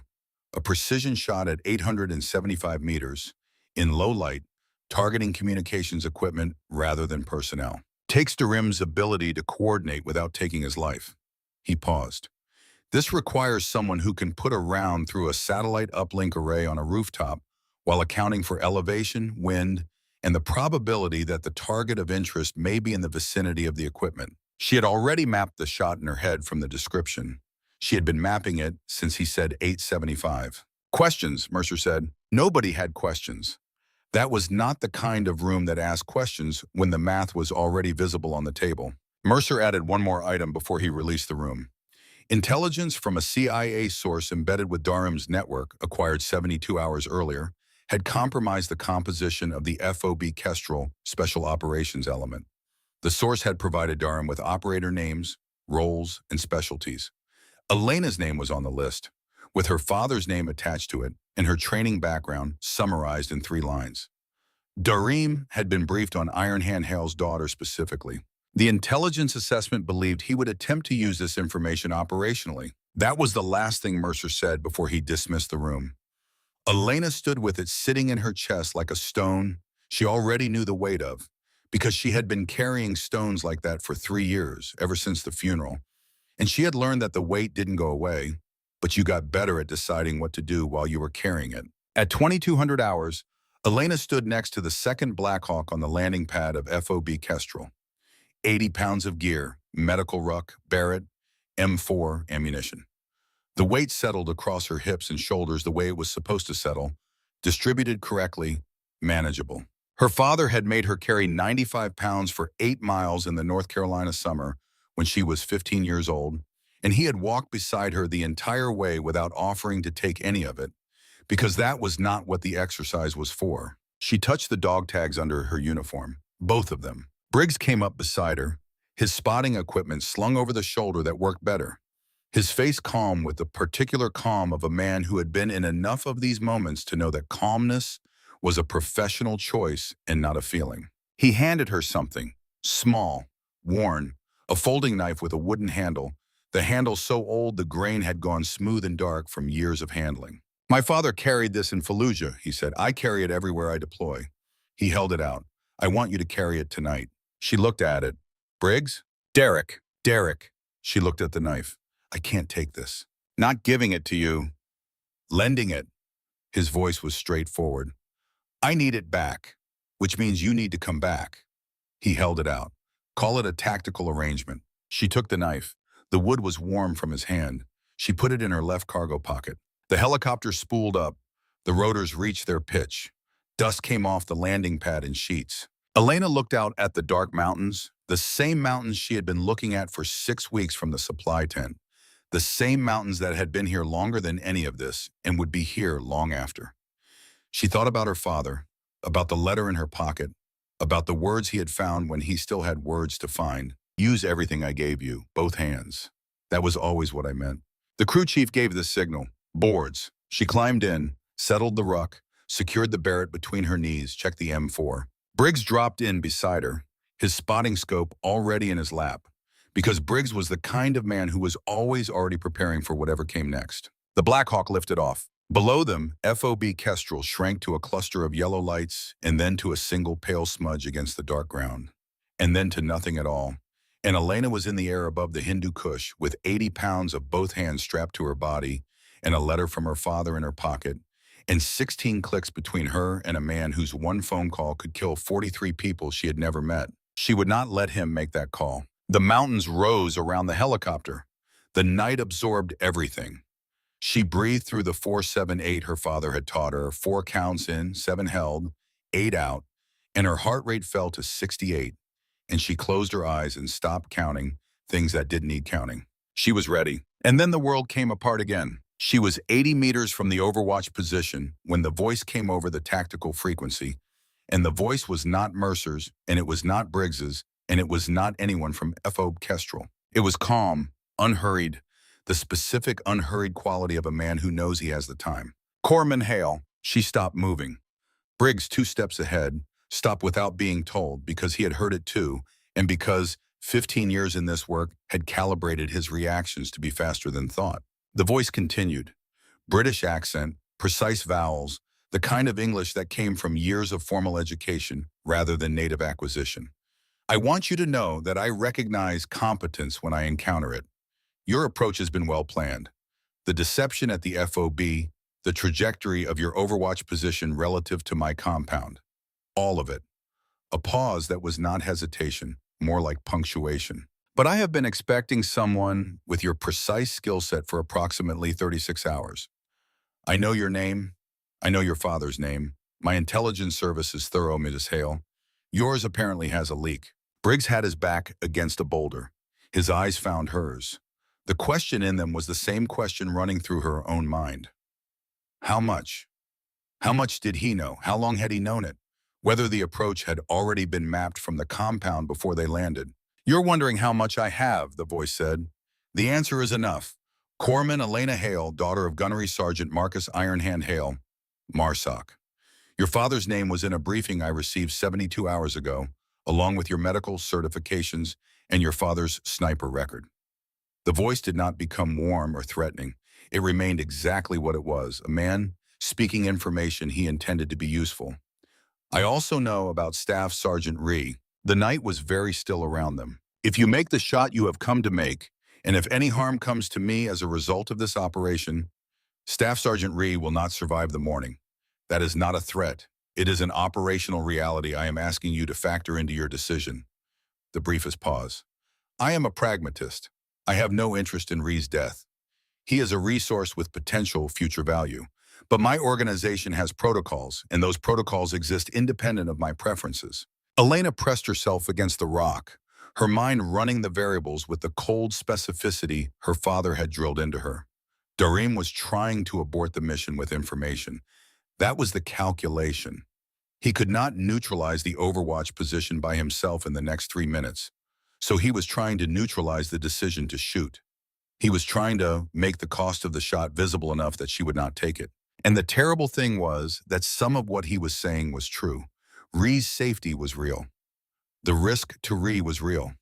Her mission parameters had been built around that exact reality. She also knew, with the certainty of someone who had been listening to operational deceptions since she was 12 years old in her father's kitchen, that a man broadcasting on a tactical frequency in the 30 seconds before a precision shot had already calculated that his communications array was going to be destroyed regardless. What he was actually trying to prevent was not the shot itself. He was trying to prevent her from remaining in place long enough to direct Mercer's ground team to the compound. She keyed her own radio, not to Durham's frequency, to Mercer's. Alpha, Overwatch, possible compromise on comms. Disregard any transmissions on tactical from unknown call signs. We are proceeding. Mercer's response was immediate. Copy, Overwatch. We're 60 seconds from compound wall. Stand by. She closed the channel. The voice on the other frequency said nothing further. The calculation had not worked, and he knew it. And men like Doreen, men who thought in operational terms, did not waste words after a failed gambit. She found her position. They were 300 meters from the Overwatch position when the ridge to the south lit up with muzzle flashes from 6 separate points. Not random. Coordinated, covering arcs that overlapped in exactly the places a two-person team might try to advance. Durham had known they were coming. Briggs went left. She went right. The first burst of fire stitched the ground between where they had both been standing. She was already behind a boulder the size of a compact car, the barrette still in her hands, the medical ruck on her back, her heart rate climbing from 68 to 82 to 91, and she breathed it down while rounds cracked off the rock 6 inches above her head. 6 separate positions, 4 on the southern ridge, 2 working to flank from the east. The radio in her ear, Mercer's voice, from the valley below where Alpha Element was maneuvering toward the compound. They had their own contact, multiple fighters engaging from the compound's eastern wall. He had 3 men down. He needed the communications array destroyed before Durham completed his call, but he also needed to know whether the Overwatch position was intact, and his voice had in it the specific tension of a man managing 2 different emergencies simultaneously and finding both of them larger than he had planned for. Briggs reached her position. He was moving in a crouch that said his shoulder was worse than he had represented. But he was moving, and when he got behind the boulder, he was already glassing the ridge through his spotting scope with a hand that worked better. 6 contacts, south ridge. His voice was controlled. 2 flanking east, 80 to 200 meters. I see them. She had the barrette up, scope on the nearest position, a fighter with an AK-47 prone behind a natural rock outcrop, partially concealed, head and shoulders visible. This was not the shot she had come here to make. This was a different shot entirely. She thought of Ree, 14 months, still alive 6 weeks ago. Durham's death was Ree's death, which meant she could not take that shot regardless of what everything in her training was telling her to do. She could suppress. She could neutralize the positions. She could break the flanking movement and buy Mercer the time he needed to reach the compound from below. But she could not kill Durham, which meant she had to keep him alive and destroy his communications and survive the next 10 minutes with 6 fighters trying to prevent all 3 of those things from happening. She looked at Briggs. He was looking at her. 1,200 meters to the array, she said, east by northeast. I know. Can you glass it from here? He shifted position, raised the spotting scope, 20 seconds of scanning. Barely, I can give you adjustments. That's enough. She adjusted the bipod, repositioning behind the boulder in a way that gave her a firing lane in 2 directions. Suppression to the south and elevation to the array to the northeast. Not ideal, barely possible. Exactly the kind of shot her father had drilled her for, exactly the kind of reason that felt theoretical until it wasn't. Wind, she said. South-southwest. 9 knots at this elevation. Probably 7 at the array, variable. She set the elevation, set the windage. And then she pressed her cheek to the stock. And she did not think about promises or fathers or letters or anything, except the next thing her hands needed to do. The barrette spoke into the Afghan night. And somewhere behind her, in the valley below, Mercer was still moving toward the compound. And somewhere in a building in the dark, a man who knew where Daniel Ree was sleeping had just heard a sound he had not expected, and everything was about to change. The array went down in a single shot. She heard it in the silence that followed the barrette's report. That specific absence of sound that came from equipment that had been doing one thing and was now doing nothing. The satellite uplink array on the compound rooftop had been transmitting on 3 frequencies simultaneously when she found it in the scope. A cluster of antenna elements and a rectangular uplink dish, the kind of equipment that cost more than most vehicles and had been assembled to coordinate the kind of damage that outlasted any single battle. She had placed the round through the primary antenna junction at 1,230 meters, accounting for 7 knots of crosswind and an 18-degree elevation drop, and the array had come apart the way things come apart when something moving at 3,000 feet per second passes through their center. She did not pause to confirm. She was already cycling the bolt and swinging the Barrett south toward the nearest of the 6 positions on the ridge. The fighters there had heard the shot and understood its direction. 2 of them were already moving, breaking from their cover positions, trying to angle toward her location. She engaged the nearer one at 80 meters, a suppression shot that landed close enough to drive him back behind his rock and by 4 seconds. Then the second, at 120, the same result. Not trying to destroy the positions, trying to make them expensive enough to hold that the flanking movement from the east broke off. Briggs was firing with his M4, one-handed where he had to, and two-handed where the shoulder allowed it, placing rounds at the eastern flankers with the particular economy of someone who had been doing this long enough to know exactly how much ammunition a situation like this was worth and exactly how much it wasn't. His shoulder had been aggravated. She could see that in the way he recovered his footing between shots. The fractional hesitation that wasn't tactical caution, but physical limitation. He was working through it without comment because that was who he was. The radio came alive. Mercer's voice, closer now, tight with the specific urgency of a man already inside the wire. Alpha element had breached the compound's eastern wall. He had 2 fighters down inside and was moving through the structure room by room with the 3 operators he had left. He needed 30 seconds. She gave him 30 seconds. She gave them to him the way her father had given her things when she was learning, not by stepping aside, but by being precisely where the situation needed someone to be and doing precisely what the situation required. She worked the Barrett across the southern ridge in a methodical pattern, not trying for kills at this distance and in this light, trying for suppression, trying to create the impression that the boulder she was working from was occupied by more than one shooter, and that moving on it had a cost that exceeded the benefit. She fired 6 rounds in 90 seconds. 3 positions went quiet, 1 shifted further back, 2 held. Then Briggs said 1 word, compound. She looked. Through the scope, in the green wash of the night optics she had switched to when the light dropped below usable, she could see movement on the compound rooftop. 2 figures. One of them was Mercer's SEAL, identifiable by kit configuration in the American flag patch on the left shoulder. The other figure was on his knees, hands visible, not fighting. The SEAL had a weapon at the back of his neck with the calm authority of someone who had done this before. Darim, in custody, alive. The array was destroyed. Darim was alive. Ree was alive until further notice. She lowered the Barrett. The southern ridge had gone quiet. The 2 flankers from the east had pulled back when the suppressive fire stopped them from establishing a useful angle, and without a coordinating signal from the compound, the remaining fighters on the ridge were making the individual calculation that every fighter makes when command presence disappears. That the ground they were holding was no longer worth the price being charged for it. They left.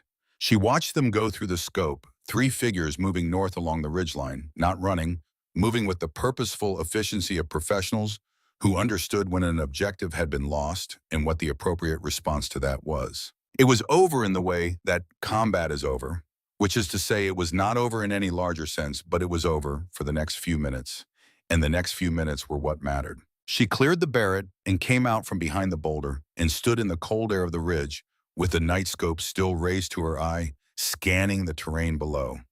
No movement, no threat, just the empty hillside and the compound in the valley below, and the distant sound of Mercer's voice on the radio calling in the casualty report with the specific controlled efficiency of a man who had too much to do to spend any of it on the feeling of having done it. Briggs was beside her. He had pressed himself against the boulder during the last exchange, the shoulder finally delivering the message it had been suggesting for the past 20 minutes. His jacket was dark at the upper right, not soaked through, but moving in that direction. She dropped to her knees beside him. "It's fine," he said. "It is not fine." She had the side pouch open before he finished the word, fingers already reading the wound with the same attention she had given to Torres and Weston and Hale on the road below Humvee 1. The same deliberate, unhurried raid that her father had drilled into her, in place of the panic that untrained hands fell into when they encountered blood. The original shrapnel wound from the first ambush had been aggravated, the wound edges pulled apart by the firing motion, and it had been bleeding steadily for approximately 20 minutes. Long enough to matter, not long enough to be critical. She knew the difference between the two. She packed it. Combat gauze pressed hard into the wound channel, the hemostatic agents in the weave doing what they were designed to do. Briggs said nothing while she worked, not because it didn't hurt, because he had separated pain from behavior a long time ago. When she was done, she sat back on her heels and looked at him. He was pale, the particular pallor of someone who had been running on adrenaline for 3 hours and was now in the gap between the adrenaline and whatever came next. "We need to get you down," she said. "Give me a status update first." She handed him the radio. He called Mercer. Mercer's voice came back clear. "Compound secured. Darim in custody. 3 fighters neutralized, 2 surrendered. 1 KIA on the American side, a SEAL named Petty Officer 2nd Class Garrett, 24 years old. The 3 wounded from Alpha Element were stable. The Quick Reaction Force was inbound, ETA 18 minutes. She sat in the silence that followed the report and thought about Petty Officer 2nd Class Garrett and his 24 years, and what it cost and what it bought, and whether the accounting was ever actually balanced or whether that was simply a story people told themselves to make the mathematics of it bearable. Briggs ended the transmission and looked at her. "The array," he said. "Down. First shot." "Yes." He nodded slowly. 1,230 meters, 9-knot crosswind, night optics, after 6 positions were engaging from the south. "My father certified me at 1,200 under similar conditions when I was 16. I know that now." He looked at her with the pale eyes that had been recalculating her since the first day in the supply tent. The calculation had resolved into something different. Not skepticism, not even approval exactly. The specific recognition between people who have been in the same place and understand what it costs to stand there. "He was right about you." She did not answer. The words landed in her chest in a way that she did not have a response for, and she did not manufacture one. They sat together on the ridge and waited for the helicopters. The flight back was 18 minutes, and she spent all of them monitoring Briggs, checking the pressure, dressing twice, watching his color, tracking the pulse at his wrist. He submitted to this without argument, which told her more about how he was feeling than anything he might have said. Briggs enduring a medical check without protest was a different species of event. The other wounded from Alpha Element rode in the second bird. She could hear the flight medic working through her headset, the steady, competent rhythm of someone doing what she had been doing for the past 4 hours. She felt something that was not quite kinship but was related to it. FOB Kestrel appeared below them with its cluster of yellow lights. Admiral Corwin was visible at the edge of the landing pad, a still figure, not directing anyone, simply present the way he had been present at her father's bedside and her father's funeral, and every significant moment that had required bearing witness. The Black Hawk touched down. She was out before the rotor wash fully settled, moving to Briggs's side before the medic team reached him. She stayed with him until the stretcher was positioned and the handoff completed. The receiving medic, a young petty officer with quick eyes, looked at the wound packing and then at her. "Who did this?" he said. "I did." He checked the dressing, examined her work with the clinical attention of someone who understood what he was looking at. "This is perfect." It needed to be. She stepped back and let them take him. Her left shoulder ached.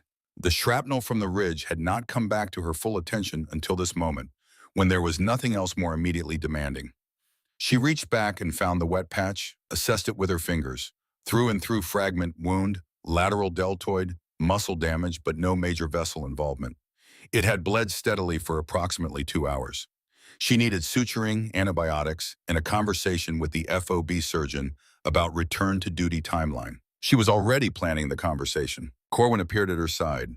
He had not moved from the pad's edge until both helicopters were down and all personnel were accounted for. "The array," he said. "Destroyed, first round. Darim, in custody, alive. Your shoulder? Needs attention, I know. Then go get it attended to." He paused. "After you tell me one thing." She waited. "The letter," he said. "Did you read it before you went out?" "Yes." He nodded. His expression was the expression of a man who has been carrying something for a long time and has finally set it down. "He would have wanted to see tonight," Corwin said. "He did see it," she said.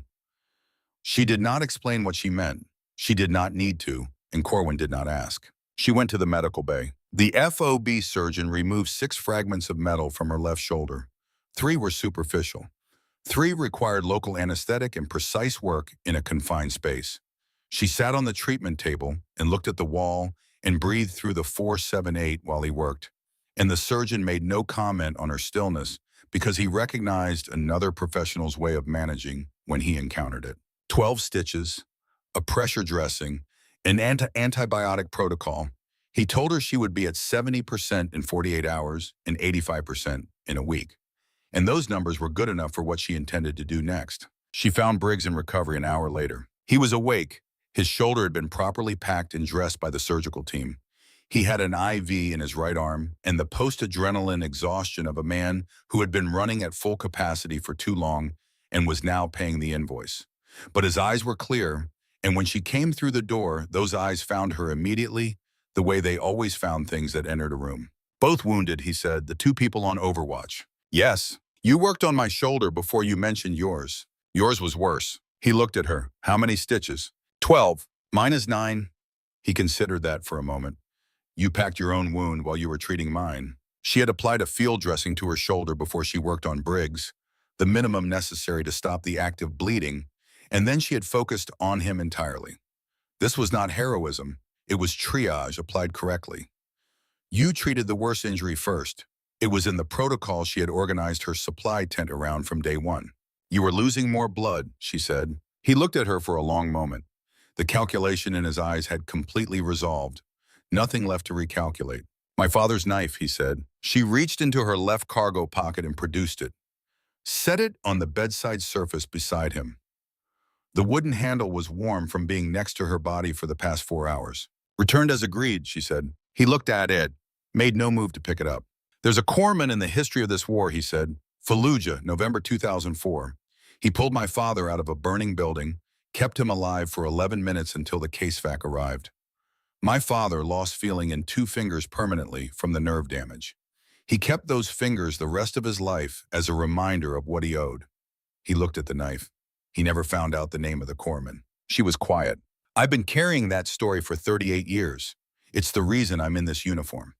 He finally picked up the knife, held it the way you hold something whose weight has nothing to do with its physical mass. I'm going to tell you something I haven't told another person on this FOB. She waited. When we lost Kimball 14 months ago, I thought the problem was the system. Wrong training, wrong integration, wrong combination of capabilities in the field. He turned the knife in his good hand. I was wrong about the framing. The problem wasn't the system. The problem was that I was thinking about the skills as separate things.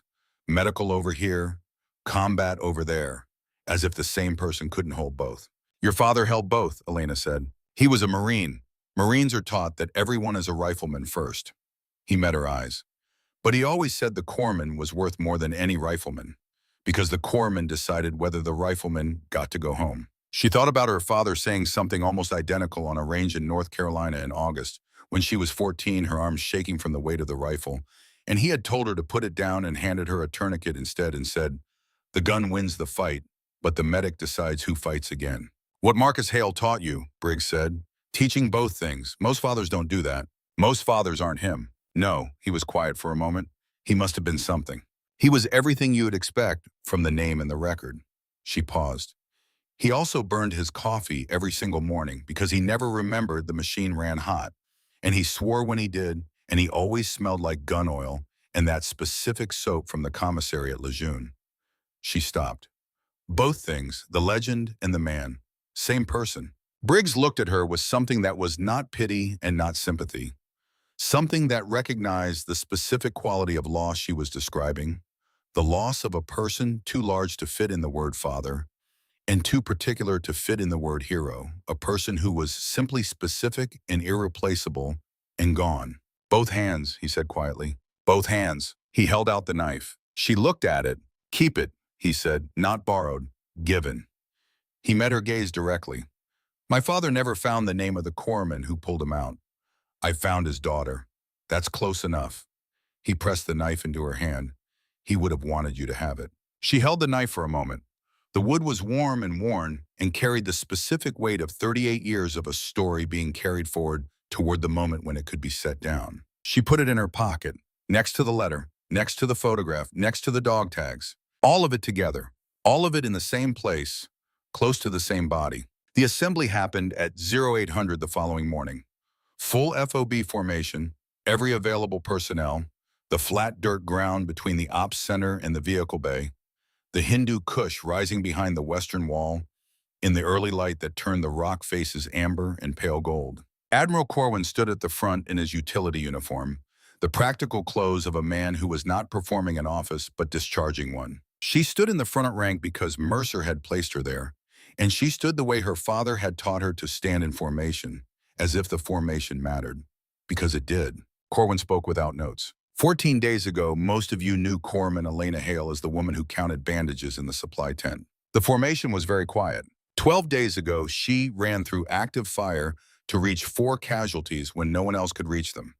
She stabilized Torres, Weston, Hale, and Dixon in 11 minutes. The trauma surgeon at the Combat Support Hospital said the pre-hospital care was the finest he had seen in 22 years of receiving casualties from forward operations. A sound moved through the formation that was not quite comment and not quite response. Something between those things. 8 days ago, she agreed to carry a designation she had sworn never to carry again because the situation required it, and she was the person the situation required it of. She made that decision by herself after reading a letter her father wrote before he died.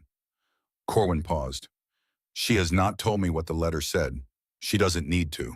Elena looked at the mountains, the same mountains that had been watching all of this with the complete indifference of things that have outlasted everything that has ever happened in their presence. Last night, she destroyed a Taliban communications array at 1,230 meters at night under direct fire from 6 positions. While managing a shoulder wound, she had dressed herself. Corwin let that land. She then provided suppressive fire that held 6 fighters in place long enough for Alpha Element to breach the compound and take Dareem into custody. If that breach had been delayed by 3 minutes, Dareem's phone call would have completed. The Route 7 convoy would have been hit, 43 Marines. The formation did not move. She did all of this while treating a teammate's wound before her own, under fire with a shrapnel injury she acknowledged only after every other task was complete. Another pause. I want you to understand that clearly. She treated herself last. That is not a metaphor. That is what happened. Briggs stood 2 positions to her left, his arm in a proper sling now, his face carrying the particular closed expression of a man who was listening to something being said about himself, as well as about the person being recognized. Dana Shelton stood 4 positions down the front rank. She had not moved from the position she had taken at the beginning of the formation, but something had changed in her stillness. When Elena had arrived on FOB Kestrel 6 weeks ago, Shelton had been the only person who watched her the way experienced people watch things that don't quite fit the category they've been assigned.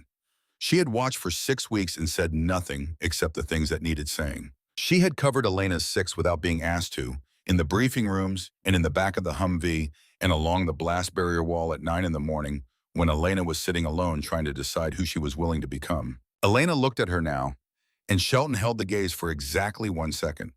Then the faintest forward motion of her chin, not a nod, something smaller than a nod, the specific acknowledgement between 2 people who have understood something together that doesn't require any larger gesture to confirm. Corwin came to attention. He saluted her. Formal, precise, both silver stars catching the morning light, held the way a salute is held when it means something beyond the regulation that requires it. She returned it. Her wounded shoulder ached with the motion, and she did not show it. The entire formation followed. 200 personnel, hands to covers, to berets, to helmets, every set of eyes on her. The sound of boots shifting to attention across the gravel compound. She held herself still and did not look away from Corwin, and did not let the tears that were forming behind her eyes become anything visible. Because her father had taught her that too, not to hide what you felt, but to choose where you showed it. Some things belonged in public. Some things belonged only to you and the person you were thinking about. The salute came down. The formation relaxed. The voices started. Not applause exactly, something more particular. The voices of people who had watched a thing happen over 14 days and had now been given permission to respond to it. She heard her name and she heard her father's name, and she heard things that were not names at all, but were simply the sound of people making the noise that fills the space between something difficult and the acknowledgement that it was done. Briggs crossed to her, his good hand extended. She shook it. "Supply girl," he said, the same words he had been using since the first day. But the register was completely different. The register of something remembered as a distance that had been traveled. "Combat medical officer," she said, "designated marksman." "Both." He held the handshake for a moment. "Your father would have been here if he could." "He was here." He looked at her with the pale eyes and found the certainty in her face and held it for a moment. "Yeah," he said, "I think he was." Shelton appeared at her left. She moved through the dispersing formation with the specific economy of someone who had exactly the words she needed and exactly enough time to say them and nothing else. She stopped beside Elena and looked at her directly. "My brother's name was Corporal James Shelton, 3rd Battalion, 5th Marines," she said. "He was killed in Ramadi in 2005 when he was 22 years old. He died because there was no corpsman close enough." She paused. "I became a corpsman because of him. I've been trying to be close enough ever since." She looked at Elena steadily. "You were close enough for all 4 of them." She paused one more time. "He would have wanted to know you were out there." Then she turned and walked toward the debrief tent because there was work to be done, and she was the kind of person who always understood that without needing to be told. Mercer came last. He waited until the other voices had cleared. He stood in front of her and looked at her the way he looked at terrain assessments and mission results, with the pale, calculating eyes that missed very little and gave away less. "You were right," he said. She waited. "When you told me you could do both, I believed it theoretically because Corwin vouched for you and your father's record spoke for itself. Now I believe it the way you believe something you have watched happen." He looked at her shoulder. "How long until you're operational?" 70% in 48 hours, 85 in a week." "I'll take 70. He started to turn away. "Hale." She met his gaze. He said. "Intel confirms he's still in the province. Darim is cooperating. We have a working grid." She understood what this meant before he finished the sentence. "When?" she said. 48 hours, when you're at 70. "I'll be at 70. He nodded once and walked away. She stood in the middle of the gravel compound with the morning light on the mountains and thought about Daniel Rhee, about the people who had been looking for him and the people who had stopped looking and the people who had never stopped. She thought about what her father had written. Be the whole version. She took the folded letter from her cargo pocket and read the last lines one more time, standing in the morning light, and then she folded it carefully back along its original creases and put it away. There was work to be done. 46 hours later, Elena walked 11 miles through the dark with 5 operators in a mission that had no room for anything except execution. She was at 72%, close enough. The compound was smaller than the intelligence photographs had suggested. 3 structures connected by a low wall. 6 guards on rotating positions. A generator running somewhere inside that created a constant vibration she could feel through her boots when they were close enough. Briggs walked beside her. His shoulder had been rewrapped that afternoon by the FOB surgeon with input from Elena, a configuration designed to allow maximum function while protecting the wound edges from the motion of carrying. Not ideal, what they had. He had told Mercer he was going. He had said it in the tone of a man informing rather than requesting.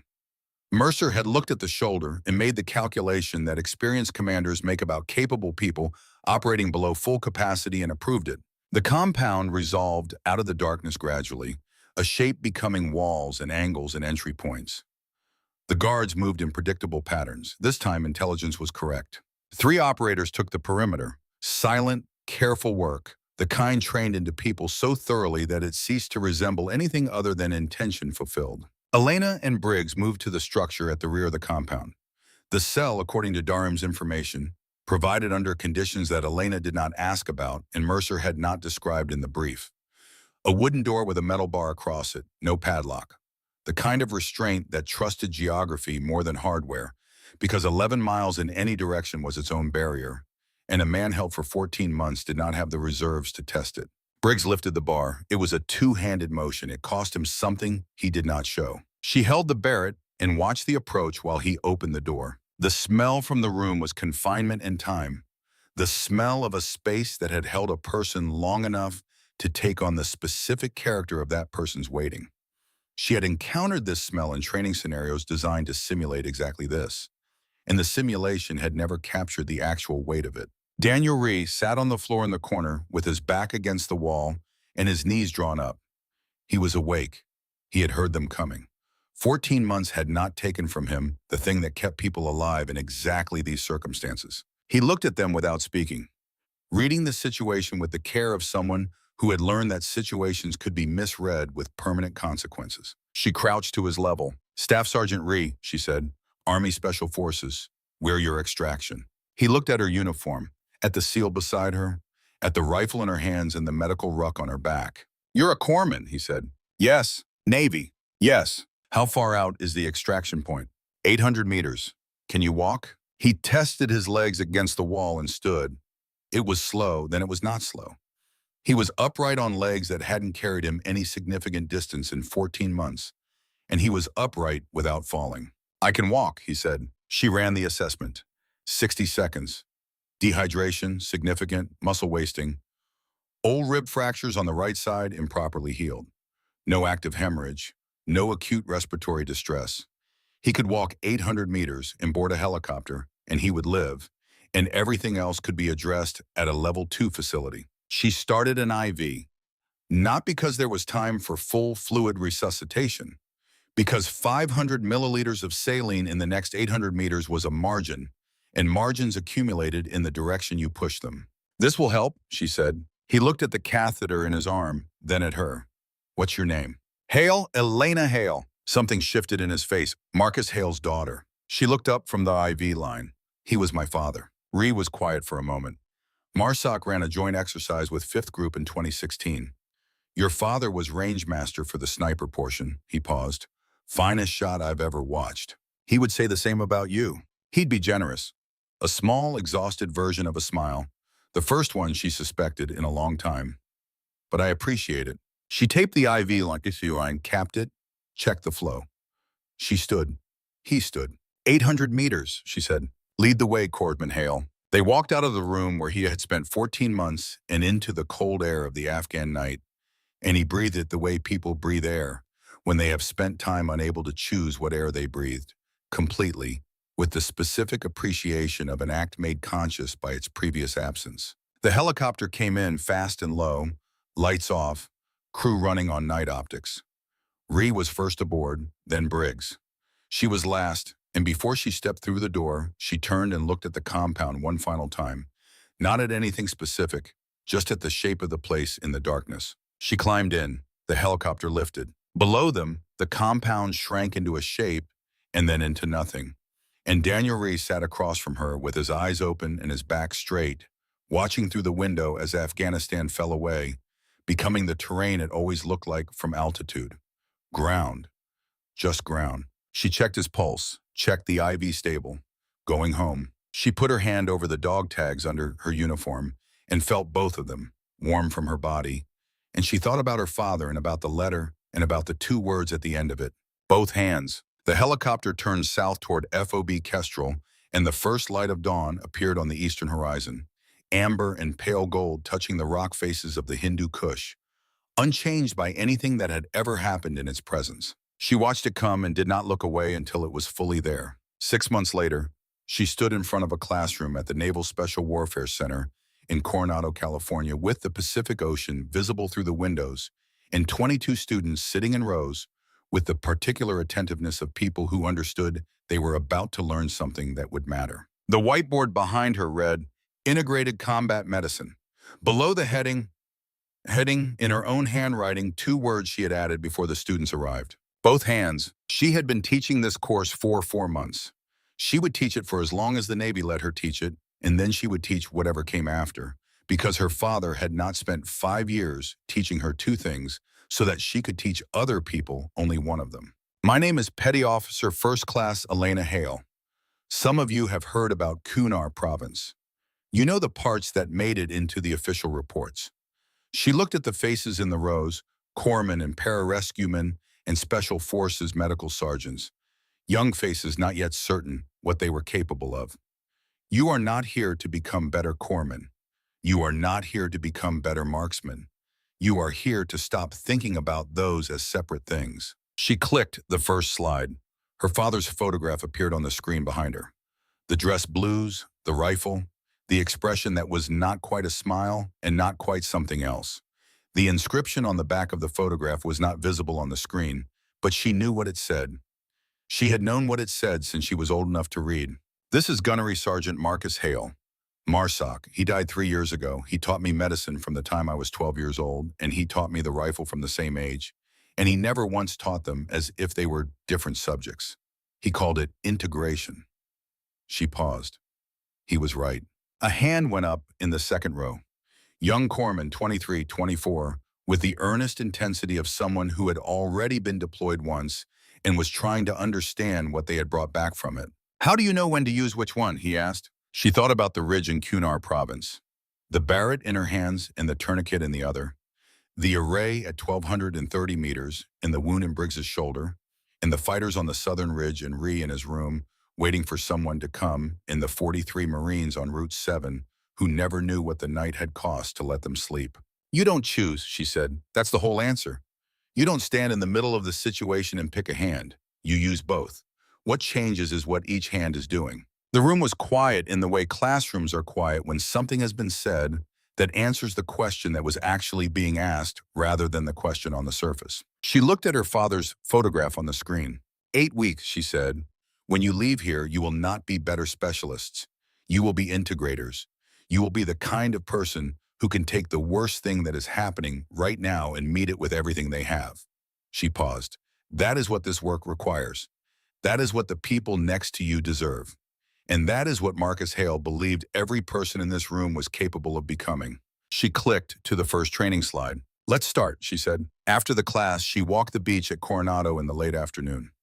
The Pacific was running a long swell from the northwest, the kind that had traveled 1,000 miles to arrive at this exact shore at this exact moment, which was either meaningless or was not, depending on how you thought about distance and arrival. Her phone buzzed, a number she didn't have saved. 11 words on the screen. "Staff Sergeant Ree, back on active duty. They asked where I want to serve." She stopped walking. The water came in and went out and came in again. She stood in the sand with her phone in her hand and the Pacific in front of her and the light going sideways, in amber the way it did at this hour on this coast. And she thought about the room in Kunar province where he had spent 14 months, the way he had looked when she came through the door, the way he had breathed the outside air and straightened his back and walked 800 meters on legs that had been waiting 14 months for the chance. She thought about what her father had written. Be the whole version. The phone buzzed again. Same number, 4 words. "I know who to ask." She looked at the message for a long time. The ocean kept doing what oceans do. The light kept going where light went at this hour on this coast. A pelican moved across the sky above the water with the effortless certainty of something that had always known exactly what it was and had never spent a moment being anything else. She typed a reply. 2 words. She put the phone in her pocket without watching it send, the way you do when you already know what comes next. And she stood on the beach a little longer with the salt air and the long swell and the day going down behind her. And she let both hands rest at her sides, open, ready. There was work to be done. There was always work to be done, and she had everything she needed to do it. I've told a lot of stories on this channel. Combat stories, sacrifice stories, stories about people who did what nobody else would do when it mattered most. But Elena Hale stays with me differently. Not because of the 875-meter shot, not because of the 11 minutes, because of what her father wrote in that letter and how long she carried it before she finally opened it in the right moment. If you've ever kept a promise that cost you something real, you already understand this story. Drop a comment below. Did Marcus make the right call asking her to promise that? I genuinely want to know what you think. And if this one hit home, the next story is already waiting for you.